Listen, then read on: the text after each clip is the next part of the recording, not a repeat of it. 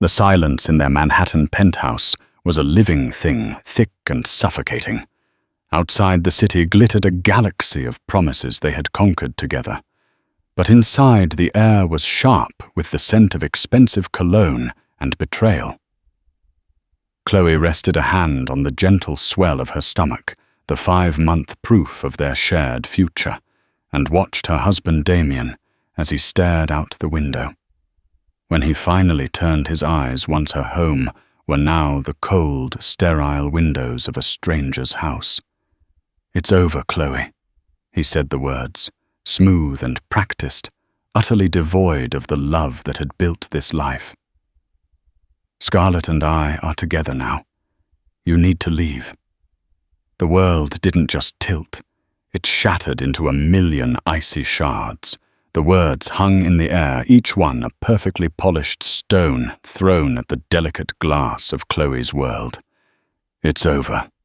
Scarlett and I. You need to leave." They were simple, concise, and utterly devastating. For a moment, Chloe was certain she had misheard, that this was some cruel, elaborate joke born from the stress of his latest merger deal at Sterling and Vance Financial. She managed a small, trembling laugh that died in her throat. "Damien." "Don't be ridiculous," she said, her voice a reedy whisper.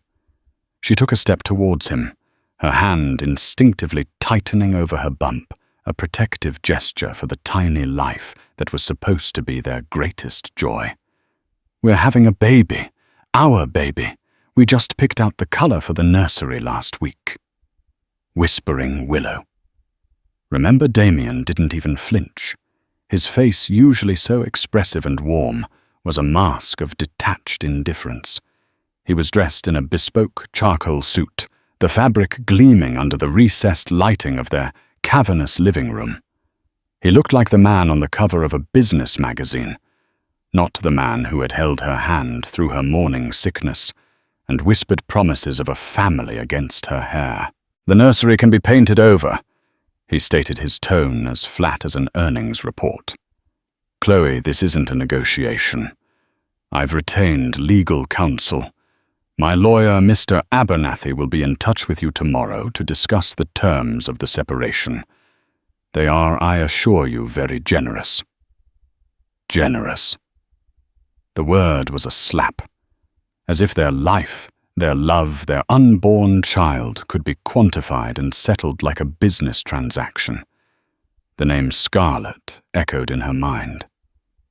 Scarlett Dubois, the impossibly chic, razor-sharp vice president from his department. Chloe had met her at company galas. She remembered Scarlett's predatory smile, her lingering hand on Damien's arm, the way her laughter always seemed to be at someone else's expense. Chloe had dismissed her own unease as pregnancy-induced paranoia. How naive she had been. Scarlett Chloe repeated the name, tasting like poison. "How long? Damien! How long have you been lying to me?" He had the decency to look away, then his gaze falling on a piece of abstract art they had bought in Soho on their 2nd anniversary. It was a swirl of chaotic colors, and for the first time Chloe felt she understood its meaning. "It doesn't matter," he said, his voice clipped. "What matters is the future. My future. And it's with her. And our child." Chloe's voice cracked, the raw pain finally breaking through the shock. "Is our child not part of your future?" Damien sighed an exasperated sound that shredded what was left of her heart. "Of course I'll provide for the child. There will be a substantial trust fund, the best schools, the best of everything. My child will not want for anything material." Material. The word was so cold, so clinical. He spoke of their baby as if it were an asset to be managed, a line item on a balance sheet. Tears streamed down Chloe's face, now hot and silent. This wasn't the man she married. The man she married had dreamed of teaching their son to play catch in Central Park, of braiding their daughter's hair. This man, this stranger in the expensive suit, saw only obligations and expenses. "I want you out by the end of the week," he continued, turning back to her, his composure absolute. "I've arranged for you to stay at the Carlisle temporarily. All your things will be moved into storage, and you can have them sent wherever you decide to go. It's cleaner this way." Cleaner.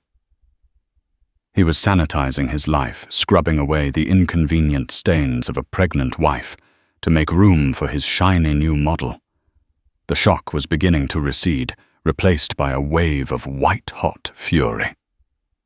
"Get out," she sputtered. "This is my home, Damien. I designed this space. Every book on these shelves, every piece of furniture, we chose it together." "Technically," he said, and the cruelty in his voice was surgical. "The penthouse is a corporate asset under my name.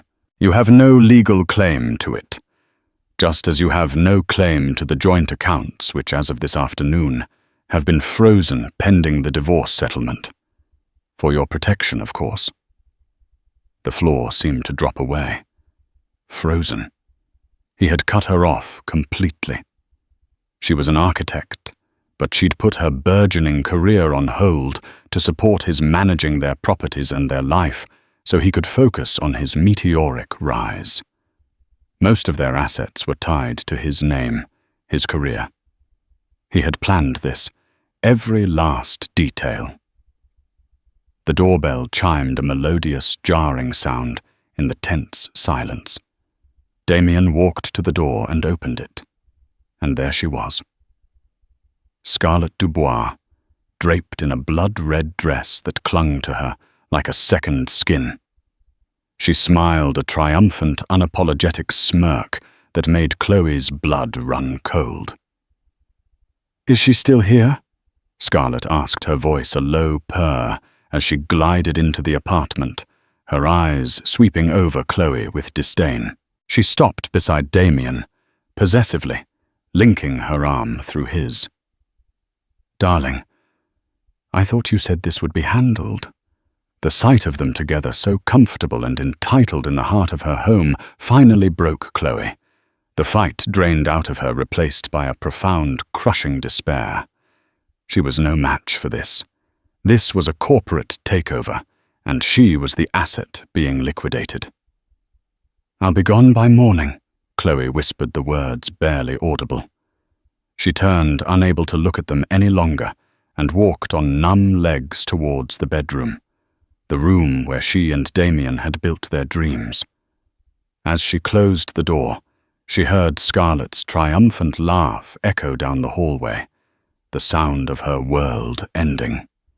She collapsed onto the bed, her body racked with sobs, her hands clutching the small, precious life within her. She was alone, pregnant and penniless, in a city of millions. The gilded cage had not just cracked, it had been torn apart, leaving her exposed and bleeding in the ruins. The first 24 hours were a blur of cold panic and hollowed-out grief. Chloe moved through the apartment like a ghost, packing a single suitcase with trembling hands. Every object was a memory, a testament to a life that was now a lie. The photograph on the nightstand of their wedding in the Hamptons. Damien's face alight with what she had believed was adoration. The silly souvenir mug from their trip to Paris. The well-worn copy of The Great Gatsby he'd read aloud to her on rainy Sunday afternoons. She packed none of it. Those relics belonged to a woman who no longer existed. True to his word, when she tried to use her credit card to book a car service, it was declined. The word flashed in crimson on the small screen. Inactive. The humiliation was a physical blow. He had thought of everything. He hadn't just ended their marriage. He had systematically erased her from the life she had helped build. She was a non-entity, a ghost with a declined credit card. She ended up taking a yellow cab, the kind they hadn't used in years, to her friend Zoe's small but welcoming apartment in Greenwich Village. Zoe, a fiery journalist with a low tolerance for injustice, opened the door and took in Chloe's pale face and single suitcase with one sharp glance. "Oh, honey." "No," Zoe breathed, pulling her into a fierce hug. "Tell me that son of a bitch didn't." Inside, over cups of chamomile tea that Chloe couldn't bring herself to drink, the whole sordid story spilled out. Zoe listened, her expression hardening from sympathy to pure rage. "Froze the accounts, kicked you out while you're pregnant." Zoe paced her small living room, her hands clenched into fists. "That's not just grounds for divorce. That's grounds for a public execution. We'll get a lawyer, a shark. We'll take him for everything he's worth." "He already has a shark," Chloe said, her voice sounding distant to her own ears. "Mr. Abernathy, Damien said he's the best. And Zoe, everything is in his name. The apartment, the investments, the bank accounts. I was so stupid. I trusted him." "You weren't stupid, you were in love," Zoe corrected fiercely. "There's a difference. He exploited that love. This is calculated. This is sociopathic." The next few days were a living nightmare. Calls from Mr. Abernathy's office went straight to Zoe's voicemail, as Chloe couldn't bear to hear the sterile legal jargon that would dismantle her life. The initial settlement offer arrived via courier. It was an insult wrapped in legalese. A one-time payment that would barely cover a year's rent in a decent neighborhood, and a monthly child support payment that was laughably small for a man of Damien's means. The stipulation was that she had to sign a comprehensive, non-disclosure agreement, effectively silencing her forever. Damien wanted to erase her, and he was willing to pay a nominal fee to do it. The cruelty was breathtaking. He wasn't just leaving her, he was trying to bury her. Chloe spent her days on Zoe's couch, staring blankly at the ceiling, the baby inside her a constant fluttering reminder of everything she was losing. She felt a deep, terrifying shame. How could she have been so blind? How could she bring a child into this chaos? Desperation began to set in a cold, creeping dread that threatened to swallow her whole. Her own family was gone. Her mother had passed away years ago, and her father, a brilliant but gentle history professor, had died from a sudden heart attack 2 years after. She was truly alone. Or was she? One evening, as Zoe was trying to coax her to eat some soup, a memory surfaced. It was from her father's funeral. A tall, imposing man with silver hair and eyes as sharp as chips of ice. He had stood at a distance, his presence filling the room with an unspoken authority. Alistair Sterling, her godfather. Her father and Alistair had been inseparable in college, two brilliant minds from vastly different worlds. Her father, the son of a librarian. Alistair, the sole heir to the Sterling industrial fortune. Their friendship was legendary, but it had grown distant over the years as Alistair's empire expanded and her father retreated into academia. Alistair had sent her a lavish wedding gift, but hadn't attended the ceremony, sending his apologies from a business trip in Tokyo. She hadn't seen or spoken to him in years, save for a polite, formal Christmas card exchange. He was a ghost from her past, a figure of immense power and wealth who seemed to belong to another universe. Reaching out to him felt like a desperate, pathetic plea. What would she even say? "Hello, Godfather, it's been a decade. My husband, the man you warned my father was too polished, just left me for his colleague and has cut me off financially while I'm carrying his child. Could you possibly help?" "What is it?" Zoe asked, noticing the flicker of something in Chloe's eyes. "My godfather," Chloe said slowly, the idea taking root. "Alistair Sterling." Zoe's spoon clattered onto the plate. Alistair Sterling, as in the Alistair Sterling. The reclusive billionaire, the one they call the kingmaker of Wall Street. Chloe nodded numbly. "My father was his best friend." "Chloe." Zoe grabbed her shoulders, her eyes wide with urgency. "You have to call him. Right now. You said Damien works for Sterling and Vance. Is that no relation?" Chloe clarified. "Just a coincidence in the name. Damien's firm is a different entity, but Alistair, he's powerful." The thought was terrifying. Alistair was a man who moved markets with a single phone call. He lived in a world of unimaginable influence. To him, her marital problems would be a trivial domestic squabble. He would probably think her weak and foolish. The Sterling name was synonymous with strength, with ruthless precision. But then she thought of the baby. Her baby. This wasn't just about her pride anymore. It was about survival. It was about fighting for the child who deserved so much more than a father who saw him as a line item and a mother on the brink of despair. Her hands trembled as she searched for his number. She had an old address book of her father's, and tucked inside was a private number for Alistair's personal assistant labeled "in case of emergency." If this wasn't an emergency, she didn't know what was. Taking a deep breath, steeling her nerves, she dialed the number. A crisp, professional voice answered on the first ring. "Mr. Sterling's office." "Hello," Chloe began, her voice shaking. "My name is Chloe Reed. My father was Robert Thorne. I need to speak with my godfather, Mr. Sterling. It's urgent." There was a pause on the other end of the line, and for a heart-stopping moment, Chloe thought she would be dismissed, shuffled off to some junior secretary. Then the voice returned, warmer now. "Please hold for Mr. Sterling, Miss Thorne."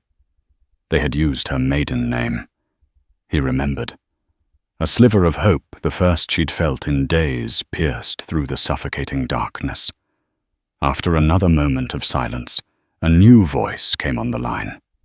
It was deep, resonant, and carried an unmistakable weight of command. "Chloe, is that you, child?" The sound of his voice, a voice she hadn't heard in 10 years, broke through her carefully constructed composure. A sob escaped her lips. "Alistair." She cried the name, a desperate plea. "I need your help." The helicopter descended onto a perfectly manicured lawn, its blades whipping the cool autumn air. Below a sprawling stone manor sat nestled amidst hundreds of acres of private forest in upstate New York. This was Sterling Estate Alistair's legendary sanctuary, a place so private that few photographs of it even existed. Chloe stepped out of the aircraft, clutching the small bag Zoe had helped her pack, feeling as though she had stepped into another century. A stern-looking man in a dark suit, whom she would come to know as Mr. Harrington, Alistair's head of security and legal affairs, led her into the house. The interior was not opulent in the modern, flashy way Damien's penthouse had been. This was old money, quiet and confident. Dark wood paneling, priceless tapestries, shelves lined with leather-bound first editions, and the faint, pleasant scent of wood smoke and old paper. Alistair Sterling was waiting for her in a vast library, seated in a worn leather armchair by a roaring fireplace. He was older than she remembered his silver hair, now stark white, but his eyes were the same, an intense, piercing blue. that seemed to see right through you. He rose as she entered, and despite his age, he moved with a vigor that belied his years. "Chloe," he said, his deep voice softening. He didn't offer a handshake or a formal greeting. Instead, he opened his arms, and Chloe, overwhelmed, walked into his embrace. It was not a warm, cuddly hug, but it was solid, protective, and for the first time in weeks, she felt safe. "You should have called sooner." He gestured for her to sit in the chair opposite his. A butler appeared silently and placed a tray with tea and small sandwiches between them. Now Alistair said, his gaze unwavering as he sat back down. "Tell me everything, and do not leave out a single detail. I want to know the man's name, his position, his ambitions, and every last word he said to you." And so she told him. The story tumbled out more coherent this time, fueled by the quiet strength of his presence. She spoke of Damien's ambition, his charm, his cold transformation.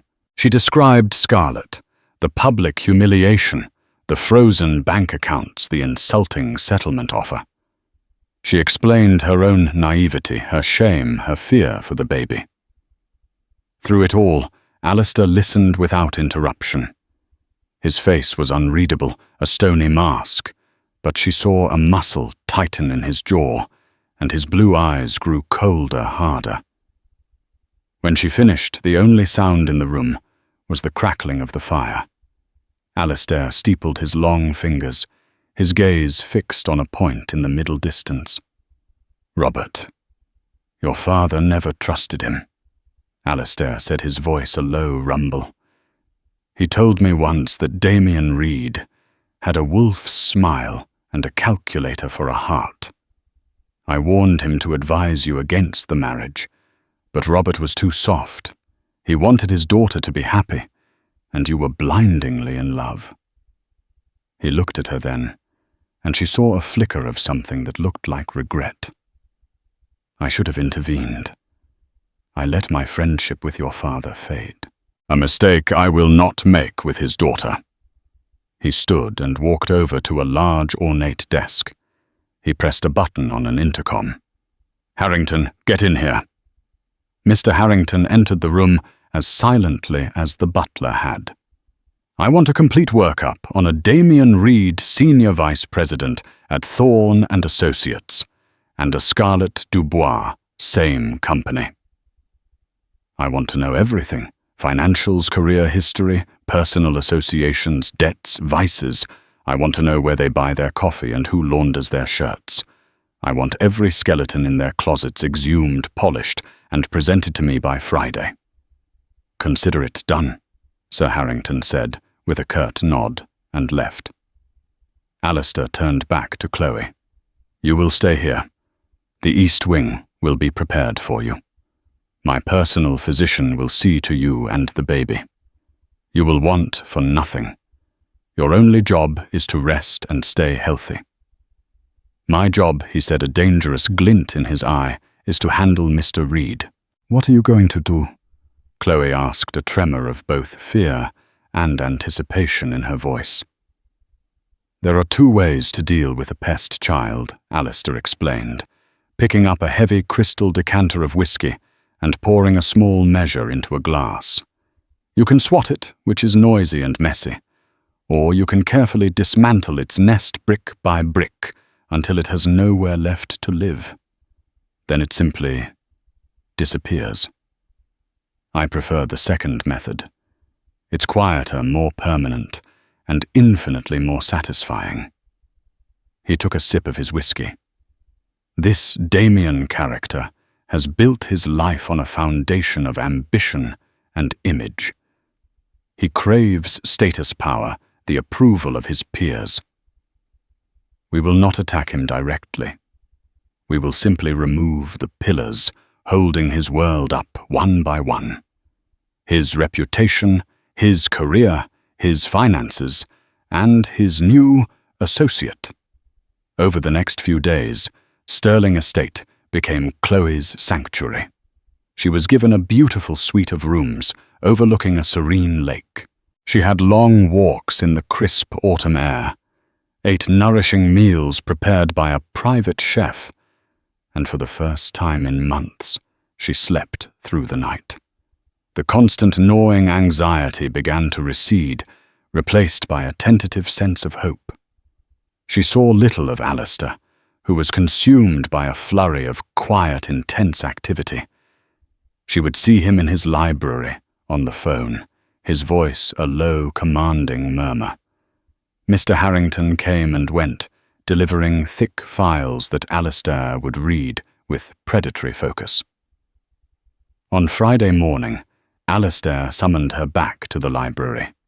The files were spread across his desk. "Our Mr. Reed is not just an adulterer. He's a fool." Alistair began, his tone laced with contempt. "He's over-leveraged.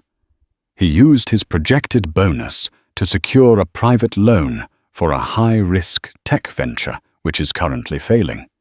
He's been padding his expense reports for years, small amounts, but the pattern is clear. And most interestingly, the last big merger he managed. There are irregularities, discrepancies in the valuation that benefited a shell corporation." He slid a photograph across the desk. It was of Scarlett, laughing with a man at a cafe. "And Miss Dubois. She has a reputation. She attaches herself to rising stars, uses them for their connections and status, and discards them when a better opportunity presents itself. Before Damien, it was a director at a rival firm. Before him, an heir to a shipping fortune. She's a parasite, and Damien is her current host. But the shell corporation from Damien's merger deal, it's registered to her brother." Chloe stared, her mind reeling. It wasn't just an affair. It was a conspiracy. They were grifters working together. "They are playing a dangerous game," Alistair said, his eyes like ice. "And they think they are winning. Now it's our turn to play." He picked up his phone. "We will not destroy Damien Reed. We will simply create the conditions for him to destroy himself. The first pillar to go will be his career." Damien Reed felt invincible.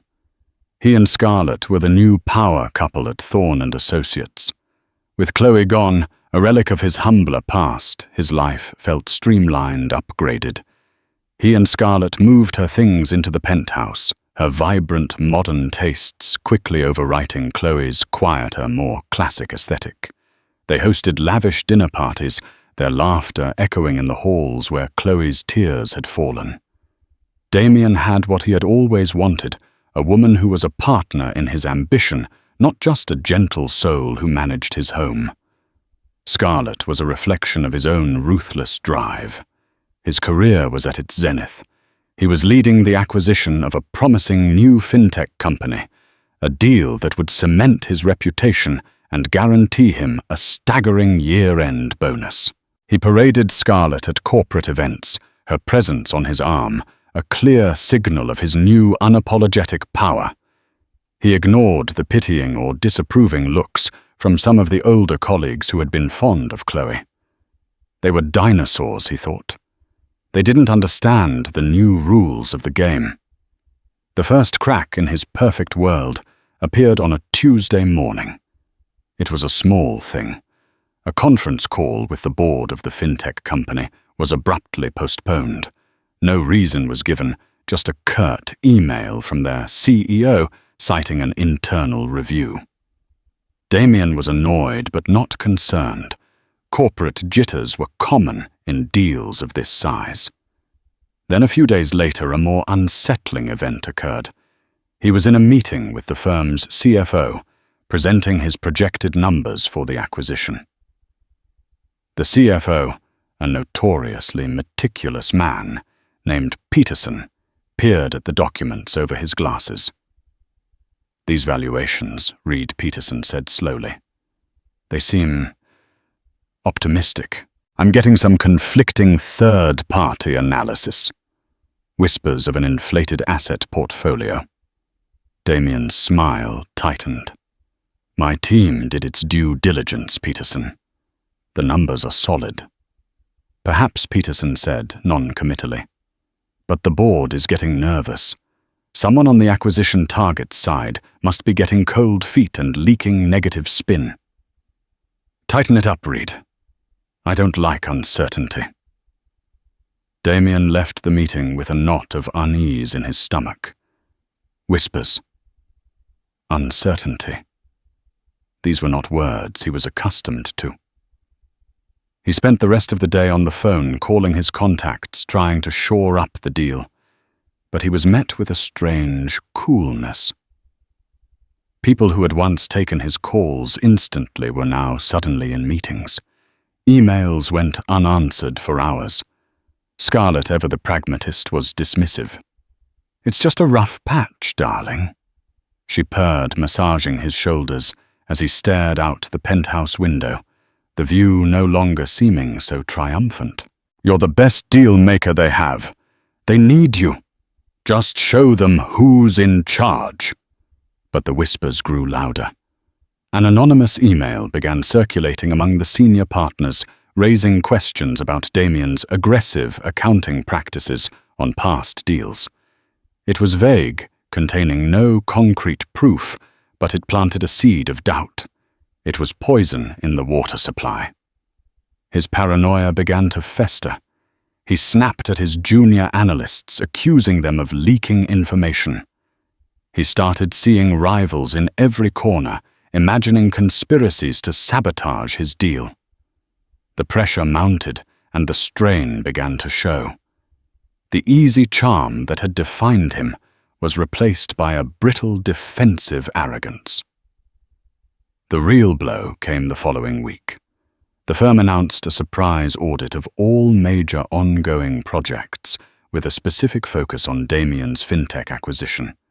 It was presented as a routine procedural update, but everyone knew what it was, a vote of no confidence.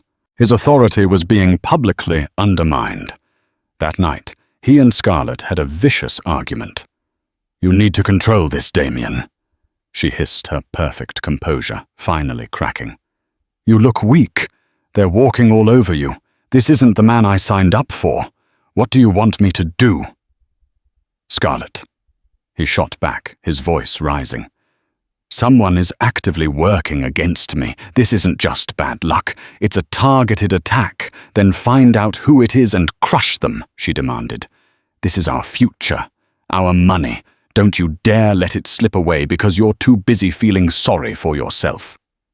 The accusation stung. He was Damien Reed. He didn't get attacked. He was the attacker. He resolved to fight back. He started digging, trying to find the source of the leaks, the origin of the rumors. He hired a private investigator, a discreet but expensive man, who promised results. Days later, the investigator came back with nothing. It's like I'm chasing a ghost, the man said, looking perplexed. The rumors seemed to spring from everywhere and nowhere at once. The financial counter-analysis on your deal is coming from a highly respected but notoriously anonymous consulting group in Switzerland. The email came from a multiply encrypted server. Whoever is doing this is a professional, a ghost in the machine. They have deep pockets and are masters of subtlety. Damien felt a chill run down his spine. This wasn't a rival at the firm. This was something else. Something bigger and far more dangerous. His world, which had seemed so solid and secure just weeks ago, was now built on shifting sand. The pillars were groaning under the weight of whispers and shadows, and for the first time in his life, Damien Reed was afraid. He was losing control, and he had no idea who his enemy was.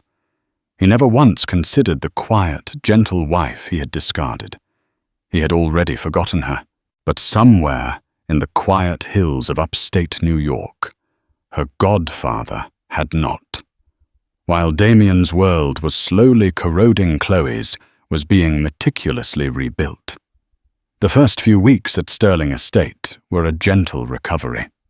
Dr. Evans Alistair's personal physician was a kind, motherly woman who monitored her pregnancy closely, reassuring her that both she and the baby were strong and healthy.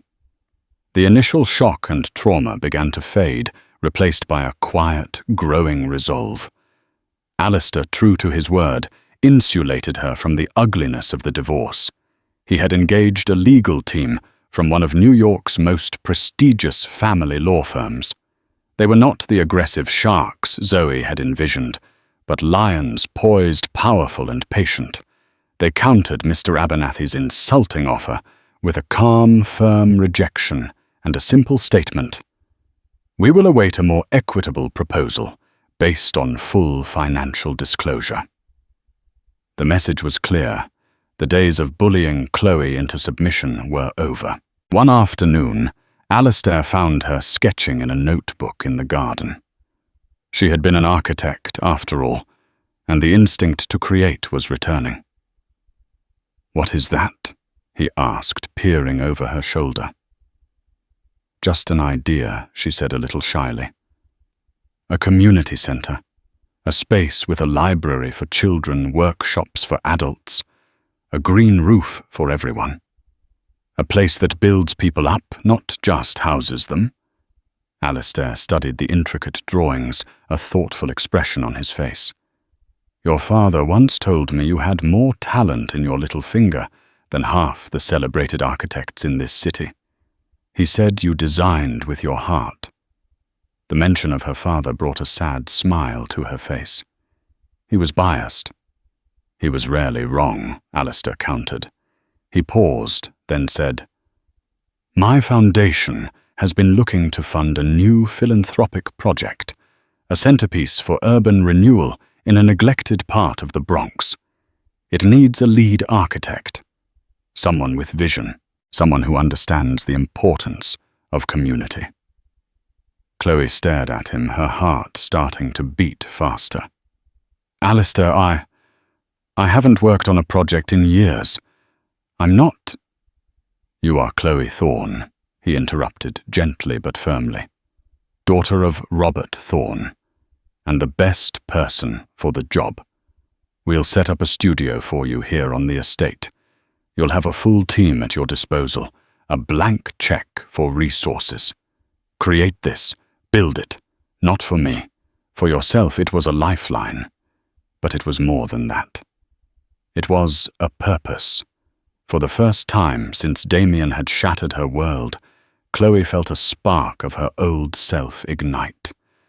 The project consumed her. She threw herself into the work, her days filled with blueprints, model building, and video conferences with engineers and city planners. The pregnancy, once a source of fear and uncertainty, now felt like a wellspring of creative energy. She was building two things at once, a community center and a new life for herself and her child. Meanwhile, Mr. Harrington's investigation into Damien and Scarlett continued peeling back layers of deceit with surgical precision. The information he uncovered was far worse than mere corporate malfeasance. The shell corporation registered to Scarlett's brother wasn't just used in the one merger Harrington reported to Alistair one evening, Chloe now present for these updates. It's a pattern. For the last 3 years, on every major deal, Damien has managed this entity, has purchased stock in the target company weeks before the acquisition announcement, selling it immediately after for a substantial profit. It's classic insider trading. He laid out bank statements and transaction records, and Ms. Dubois is the primary beneficiary. Damien takes the career risk. She launders and reaps the financial rewards. They've funneled over $7 million this way. It was a sickening revelation. Their entire relationship, their partnership, was built on a foundation of criminal activity. Damien's ambition wasn't just a personality flaw. It was a pathology that had led him deep into a world of fraud and deceit. Furthermore, Harrington continued, his voice grim. Damien Reed has a history. In his first job out of business school, a senior mentor took him under his wing. 6 months later, that mentor was fired for gross incompetence after a project he and Damien were leading failed spectacularly. Documents later proved the failure was due to a catastrophic error made by Damien, which he skillfully blamed on his superior. Chloe felt sick. The charm, the ambition, the charisma, it was all a facade, hiding a man who would stop at nothing to get ahead, leaving a trail of wreckage in his wake. She had been the latest casualty. The SEC would be very interested in these transaction records, Alistair mused, looking at the documents with a cold, calculating gaze, as would the board of directors at Thorne and Associates. And the press, I imagine. What do we do? Chloe asked, her voice quiet. Part of her wanted to see him ruined, to see him pay for the pain he had caused. Another smaller part, the part that had once loved him, flinched at the thought of such utter destruction. We do nothing. For now, Alistair said. A cornered animal is dangerous and unpredictable.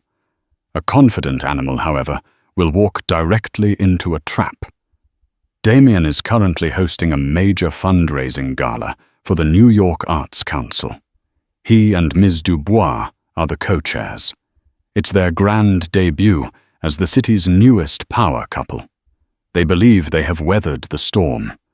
They think they are about to celebrate their victory.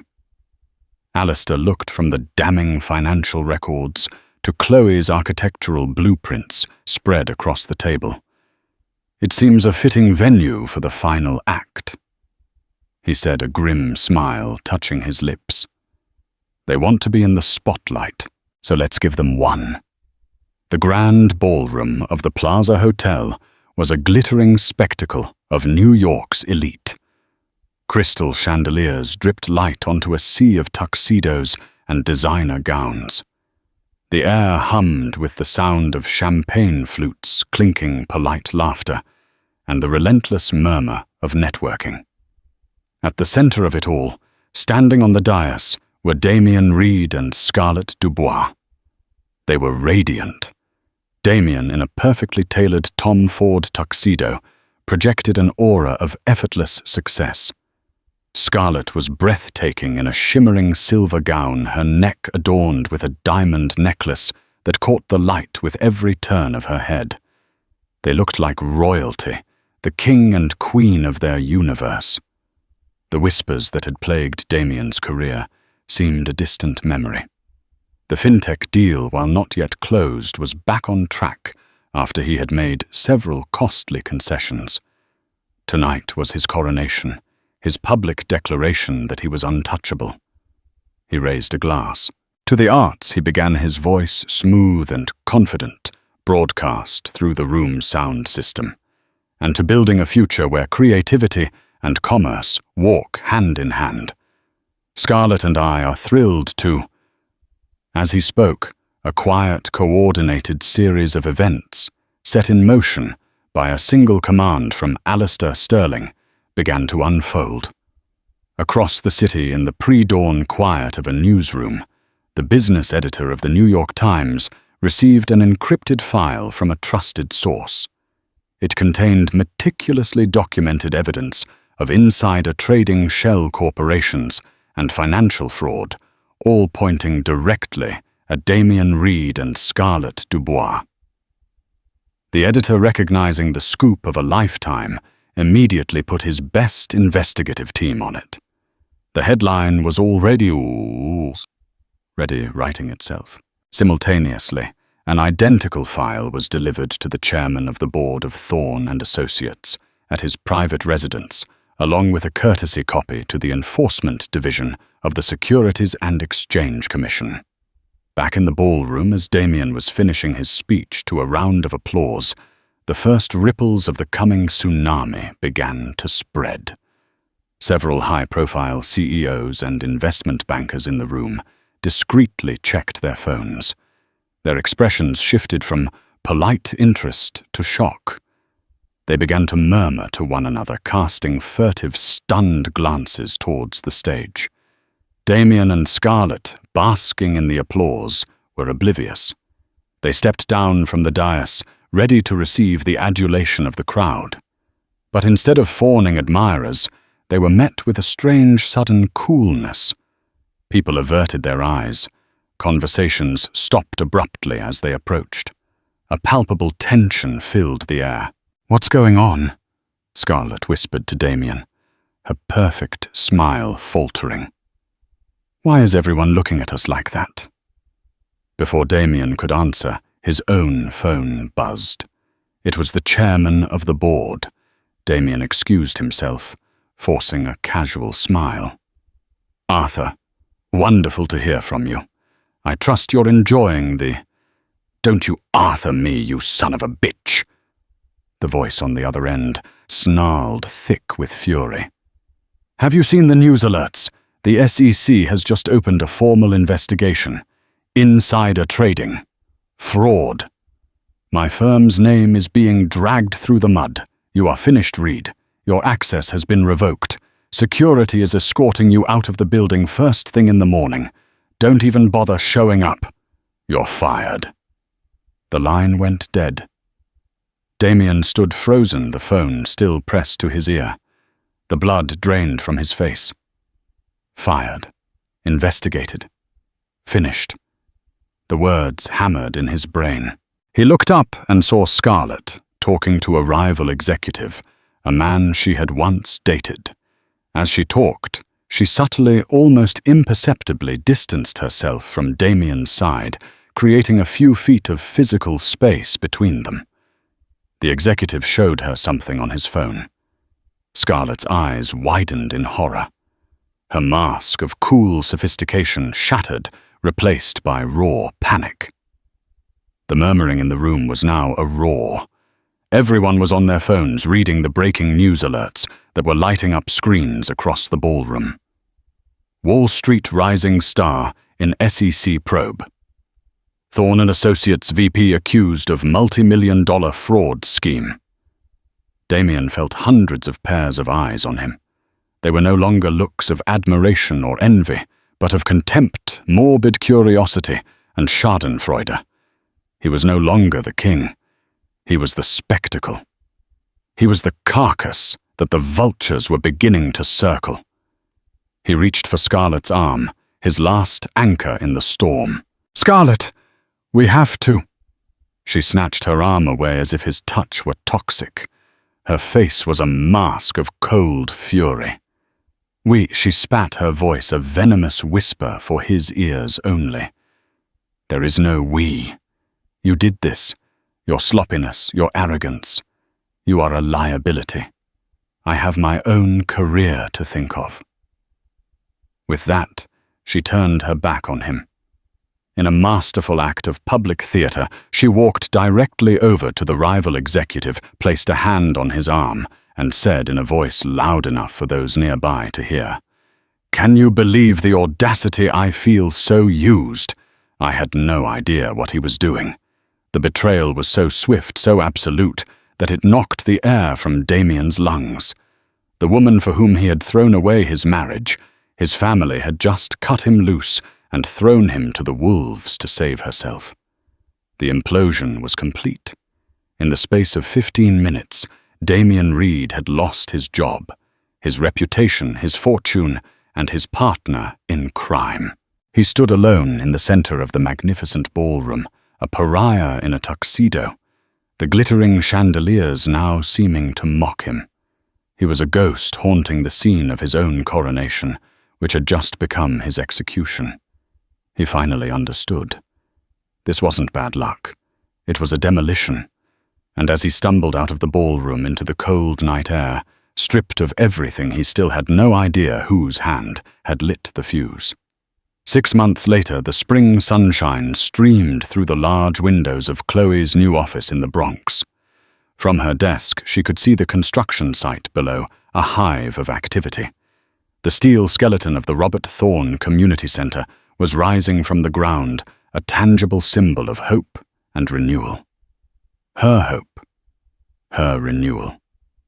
Chloe, now 8.5 months pregnant, moved with the slow, deliberate grace of late pregnancy. She was no longer the timid, broken woman who had fled her penthouse apartment.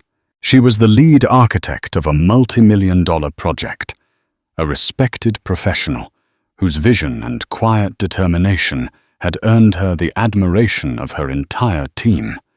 She was a woman who had found her footing not by leaning on a man, but by standing on her own. The chaos of Damien's downfall had played out in the media for weeks, a salacious tale of greed and betrayal. Faced with irrefutable evidence, Damien's legal team had advised him to plead guilty to lesser charges to avoid a lengthy prison sentence. He was facing years of probation, crippling financial penalties, and a permanent ban from the securities industry. He had lost everything: the penthouse, the career, the status. He was a broken man, a cautionary tale whispered at cocktail parties. Scarlett, ever the survivor, had managed to escape criminal charges by cooperating fully with the investigation, painting herself as a victim of Damien's manipulation. Her reputation was in tatters, however, and she had quietly resigned from her position and disappeared from the New York social scene. The diamonds and the power were gone, and without them she was just another ambitious woman with a tarnished past. Chloe had her final meeting with her lawyers the week before. The divorce was finalized. Alistair's legal team had ensured she received a settlement that was not just equitable, but punitive. With Damien's fraudulent earnings seized by the government, the settlement was drawn from his few remaining legitimate assets. It wasn't a fortune, but it was enough to provide a secure future for her and her child. More importantly, it was a legal acknowledgement of his profound betrayal. She had signed the papers without a trace of sadness, only a quiet sense of closure. Alistair had become a permanent, cherished part of her life. He was no longer the distant, intimidating figure of her childhood, but a true godfather in every sense of the word. He visited the construction site weekly, his shrewd eyes missing no detail, a proud paternal smile on his face as he watched Chloe command her team. He spoke often of her father, sharing stories she had never heard, bridging the gap between her past and her future. He was the family she thought she had lost. Her friend Zoe was a frequent visitor, marveling at the transformation. "Look at you," Zoe said one afternoon, placing a hand on Chloe's belly. "Running a major project, about to have a baby, looking like a goddess. If this isn't the definition of winning, I don't know what is." Chloe smiled, a genuine, radiant smile. "It doesn't feel like winning, Zoe. It just feels right. Like I'm finally living the life I was supposed to build all along." A few weeks later, Chloe gave birth to a healthy, beautiful baby boy. She named him Robert after her father. She sat in her new, sun-filled apartment, a spacious, comfortable home she had chosen, and paid for herself, rocking her son in her arms. He had her eyes and a stubborn little tuft of dark hair. He was perfect. He was hers. Alistair came to visit, bearing not extravagant gifts, but a simple, beautifully carved wooden rocking horse he said had been his as a child. He stood by the crib, looking down at the sleeping infant, his usually stern face softened with an emotion Chloe had never seen before. "Your father would be so proud of you, Chloe," he said, his voice thick with emotion. "Not because of what you've built out there." He gestured towards the window in the direction of the rising community center, "but because of what you've built in here." He tapped his heart. "You found your strength, not in revenge, but in creation. That is the greatest victory of all." Chloe looked down at her son, his tiny hand wrapped around her finger. The pain of Damien's betrayal was now a distant scar, a reminder of a past life that no longer felt like her own. She had lost a husband, a home, and a life she thought she wanted. But in its place, she had found her purpose, her independence, a true sense of family, and a love more profound than any she had ever known. She had her son. She had a future she was designing herself from the ground up. And for the first time in a very long time, the blueprint was perfectly clear. Chloe's journey from the depths of a devastating betrayal to the pinnacle of personal and professional triumph is a powerful testament to the resilience of the human spirit. She didn't just survive. She rebuilt her life on a foundation of her own strength, talent, and courage. Her story reminds us that sometimes the most catastrophic endings are merely doorways to new, more authentic beginnings. It proves that true power isn't about wealth or status, but about integrity, creativity, and the unwavering love of those who truly have your back. In the end, the penthouse was just a gilded cage, and it took losing it all for her to finally learn how to fly. If Chloe's story of strength and justice moved you, please give this video a like to show your support. Share it with someone who might need a reminder of their own inner power. And don't forget to subscribe to our channel for more real-life stories of overcoming adversity and finding triumph. Click that notification bell so you never miss an update. Thank you for listening.